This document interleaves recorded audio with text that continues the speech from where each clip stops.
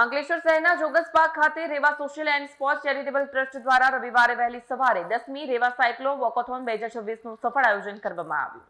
આરોગ્ય પ્રત્યે જાગૃતિ ફેલાવવા, પર્યાવરણ સંરક્ષણનો સંદેશ પહોંચાડવા અને દૈનિક જીવનમાં સાયકલના ઉપયોગને પ્રોત્સાહન આપવા માટે યોજાયેલ કાર્યક્રમમાં મોટી સંખ્યામાં નાગરિકો, યુવાનો અને સાયકલ પ્રેમીઓ ઉત્સાહભેર જોડાયા।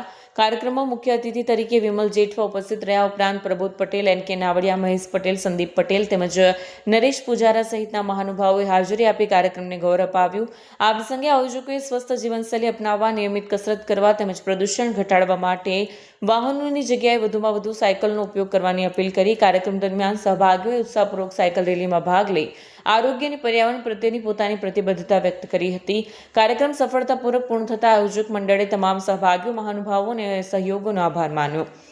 આજે રેવા ફાઉન્ડેશન દ્વારા જે સતત 10મા વર્ષે સાયક્લોથોનનું આયોજન કર્યું છે તે બદલ એમને ખૂબ ખૂબ આભાર। રેવા મેરેથોન તરફથી સતત દર વર્ષે આયોજન થઈ રહ્યું છે। એમાં જે હાલની જનરેશન મોબાઈલ યુગમાં વળી રહી છે એમાં એક સાયક્લોથોન અને વોકેથોન એ બે મહત્ત્વનું પાસું છે।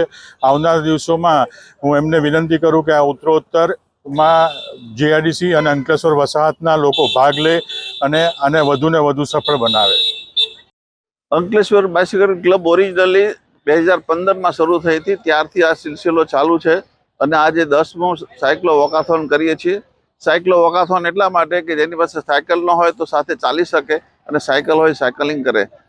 છેલ્લા 10 વર્ષ પહેલાં ફક્ત 3-4 લોકોથી શરૂ થયેલી આ સાયકલ ક્લબ અને રનિંગ ક્લબ આજે વટવૃક્ષ બની ગઈ છે અને 1000થી વધુ લોકો આમાં પાર્ટિસિપેટ થઈ રહ્યા છે અને દર વર્ષે અમે આનું આયોજન કરી રહ્યા છીએ। ધન્યવાદ।